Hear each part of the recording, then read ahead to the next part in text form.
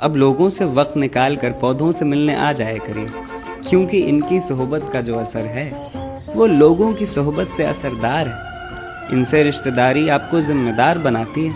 हम वक्त हो जाने पर इन्हें पानी ना पिलाया जाए तो ये आवाज़ लगाते रहते हैं, सूख जाएंगे हम कह कह कर बुलाते रहते हैं। फिर आप खुद ही जिम्मेदारी से इन्हें रोज़ पानी पिलाते रहते हैं। दिन भर खुद खड़े रहते हैं धूप में और आपको छाँव देते हैं। जब आप इनको जान लेते हैं फिर इन्हीं पे दिल, इन्हीं पे जान देते हैं।